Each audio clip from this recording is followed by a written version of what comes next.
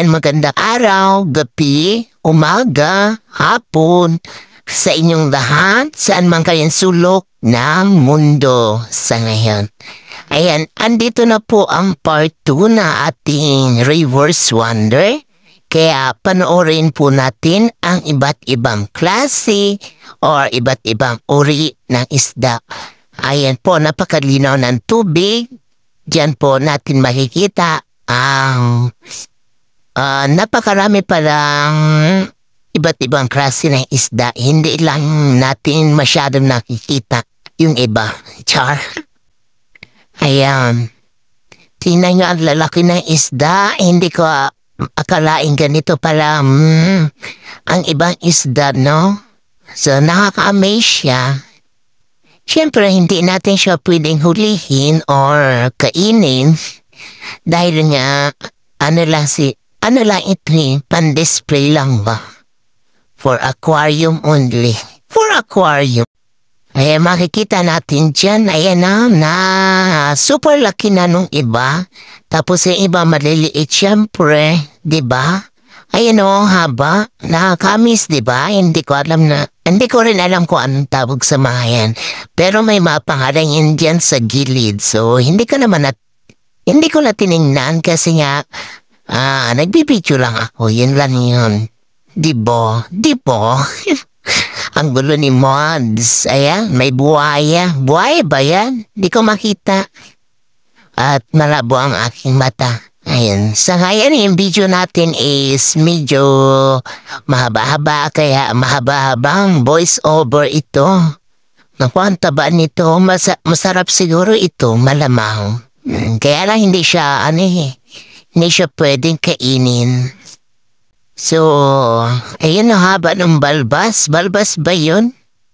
Balbas ba? Balbas ang tawag sa atin kung sa tao ba. Pero sa isda, i-comment nyo yan sa baba kung anong tawag dyan. Kasi hindi ko rin alam. Ang haba ng gusto. Ayan. At eto na ang panda. And all the way tayo sa kay pandas. And medyo mahaba-haba yung daanan. Ay yung pupuntahan para kay pandas. And at baybayin na po natin kung saan si panda. Ang tawag doon, nakakulong. Nakakulong ang arte mong salita, Mods. Yan. Malamig pala dyan sa kanyang kulungan or sa kanyang tirahan. Ang daming tao. At may nakita rin kaming red panda. Ayun, natutulog siya sa taas. Sa taas ng puno. Okay, hindi siya masyadong makita kasi nga tulog siya. Asa na ba? Asan ka na, red panda? Uy! Ayun, sa puno ng... Anong tawag? Anong puno dyan? Saan dyan siya? Oh, di ba hindi niyo makita kasi hindi ko rin makita. Ayun, andun pa pala sa unahan. Ayan si Red Panda. Welcome to my vlog, Red Panda. At ikaw ay ang sarap ng tulog mo dyan sa taas ng puno. Naku, pag nahulog ko dyan, yari ka. Bali-balian yung buto. Ang lamig dyan pero okay lang. Dahil hindi naman kami masyadong nagtagal dyan sa loob niyan. Kasi mahaba-haba pa yung aming lalakbayin. Pero ang cute-cute niya. Diba? Ay, hindi yata panda yun. Hindi pala yata panda yun. Ewan ko. Hindi ko alam. Hindi ko sure kung panda nga yun. Kasi iba yung nakita ko doon sa Iba yung nakita ko doon sa pangalan. Ayan, basta siya na yun. Kung ano mang klaseng hayop siya. At ayan na nga. Ayan na, nangihinain na si Panda. Di ko rin sure kung ito yung anak kasi... Ano mans? Di ko sure kasi yung mag-asawa yata is hindi namin nakita, iisa lang yan. So, ibig sabihin, yan yung anak. Kasi ililipat na siya sa China on December. Nabanggit ko na rin yan sa una kong vlog. O diba, ang cute nila. Ang cute-cute kumain. Malambot lang siguro ang ano nito. Ang katawan. Diba? Galing. Sarap siguro nitong anuhin. Yakap-yakapin. Yakap-yakapin. Pagmusta nyo na ang baby panda. Baby ito malamang kasi wala yung mag-asawa. Ba sakaling gumagawa pa ng isang baby panda. Diba? Oh. Ang cute niya. Ayan, Teacher Mary Ann. Ayan na yung iyong favorite collection. Ang mga pandas. O, diba, hirap na hirap siya sa kanyang katawan kasi lamon siya ng lamon. Ang laki-laki ng katawan niya. Pero parang ano lang to, malambot. Malambot siguro yung kanya ang kanyang katawan. Ayan na at ang estatwa niya. Ayan at lumabas na kami dyan at binaybay pa namin yung mahaba-haba pang mahaba-haba pang lakaran palabas. Ayan, diba? Ang cute. May falls din. Yan, ganda. Diba?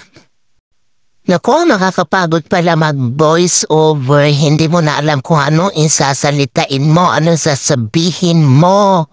Dahil napakahaba ng aking video. Hindi na to, diba, Mons? Panindigan mo na. Ayan, nasa iba at ibang uri na naman tayo ng isda na, ayan, maliliit naman siya. Kung kanina is malalaki, andito naman tayo sa mga kapiranggot na maisda. Kung sa atin ay mga sapsap or dilis, ayan, kapiranggot na mga isda na yan, oh. Iba, pero ang kikit nila.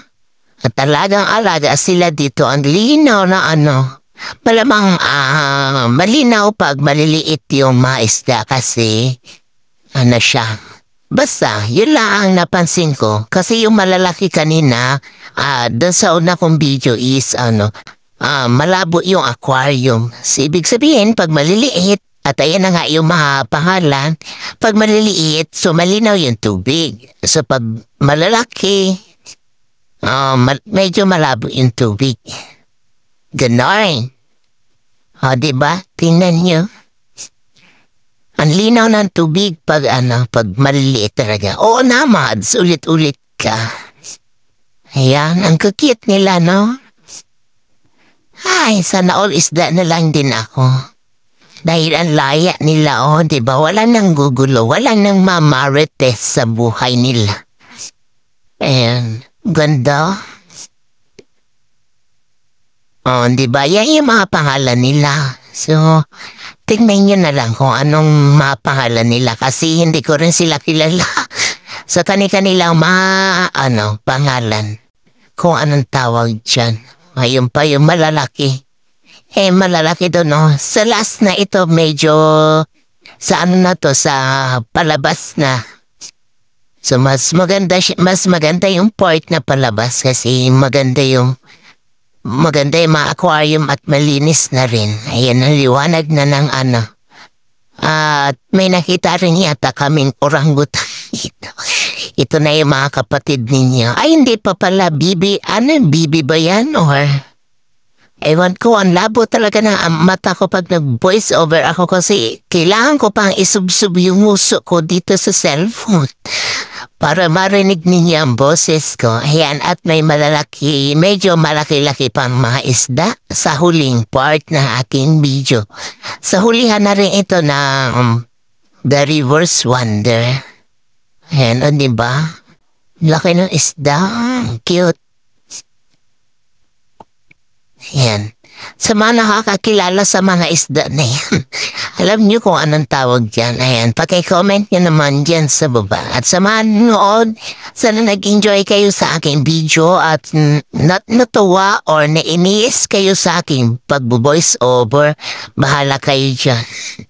Basta ako, gusto ko yung ginagawa ko, wag nyo akong pakialaman dyan. Ayan na. Ayan ba parang pagi yung malaki dun sa baba. Pagi ba yung tawag dun? You know? Parang sasakmalin na ako dyan. Laki.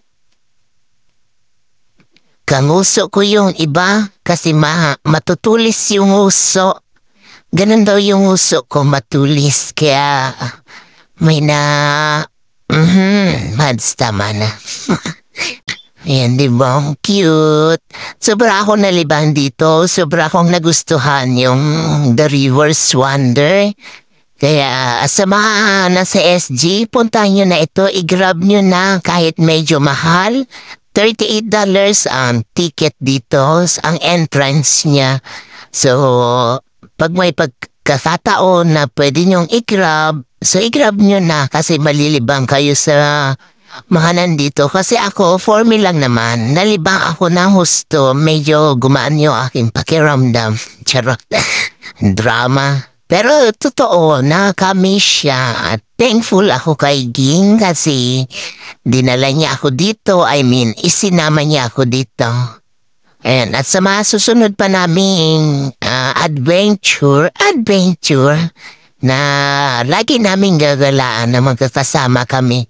Ayan, abangan niyo yun guys habang kami ay malalakas pa, habang kaya pa namin mag-enjoy kasi pag tumanda na kami, or tayo, hindi na natin ito mararanasan, lalo na pag umuwi na kami dyan sa Pilipinas. Yun, kaya mag-enjoy lang. Kung may mga basher kayo na sinasabi niyong basher, so i-welcome nyo sila sa buhay nyo kasi it's a part of your life. Oh, saka-English ka na naman once. Ayan, doon ako na-amaze sa mga taong pinakikialaman pa yung buhay ng may buhay. At dahil mahaba itong video ko, nako, marami pa akong may kwento sa inyo. At sa mga susunod kong video, sana huwag kayo magsasawa.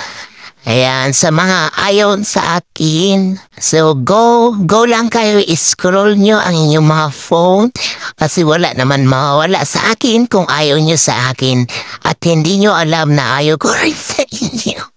Charot, joke lang yun guys.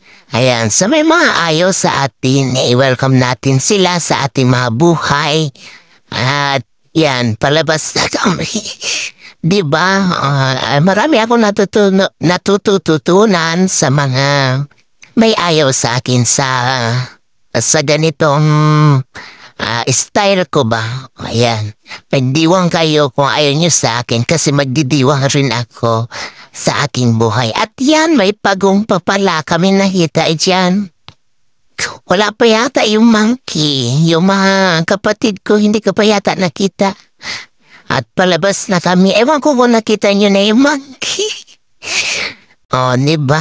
Ayan, diba? Ayan, kasunod na pala. Sus Marios. Ayan. Ayan, nakita nyo na. Welcome sa ating mga kapatid. Kumusta daw kayo, guys? Ayan, sila ay okay naman kasi aircon yung kanilang tirahan at marami silang pagkain at maginhawa ang kanilang buhay dito. Pinaabot nila sa inyo dyan, guys. Kaya, ayan, huwag kayong mag-alala sa kanila kasi sila nga hindi nag-aalala sa inyo. Ayan, ayan, nabulol ka naman. At last, may nakita kaming buhaya. Yung buhaya ng buhay ni Mads. Yung hinahunting namin noon sa ibang lugar is andito pala siya nakakulong. Ayan yung family ni Ging. Ayan yung kasama namin. Ni Ging A. Cakes and Brang. Siya po yung kasama namin dito sa River's Wonder. Ayan, naka-holiday po sila dito sa SG.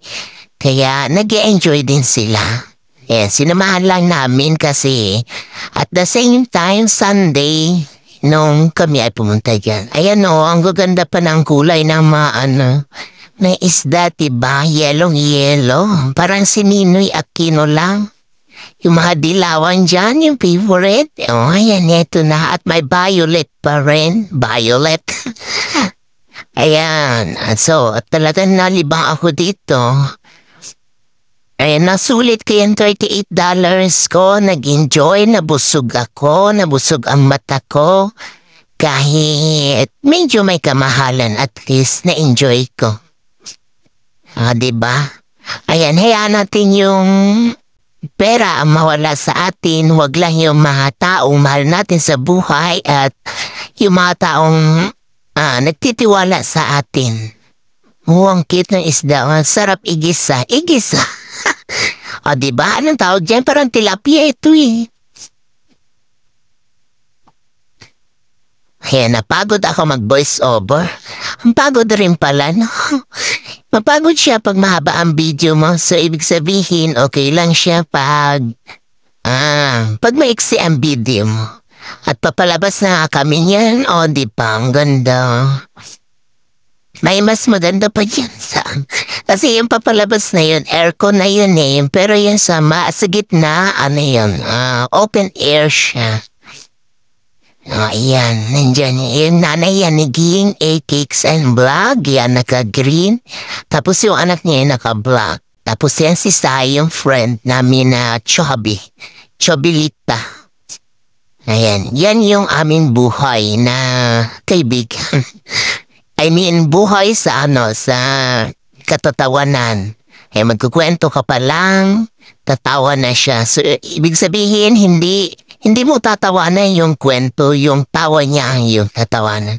Diba, ang gaganda no isda, nalilibang ako. Ayan, pasensya na kayo kung nainip kayo sa mahaba kong video. So, wala akong magagawa kung exit nyo na yan. At ito na yung last part ng The River's Wonder. Aircon na to sa ito sa huling to, aircon na siya. So, bago ka lumabas, na-amaze ka, naka-relax ka. So, ako pala yun, hindi kayo. Pero kayo nanood, sana nag-enjoy kayo. At, ayan, thank you sa support. At thank you rin sa walang sawang pagsubaybay sa aking mga video, sa mga walang kabuluhang LS, kung walang kabuluhan sa inyo. So, thank you so much. At dyan na po magtatapos ang aking video. Ayan, nasa labas na kami. Ito na. Tapos na. Tapos na ang $38. Ayan, salamat po sa inyong lahat. Ingat po kayo at sana ay lagi kayo na sa mabuting kalagayan ang statue ng buhaya. Bye!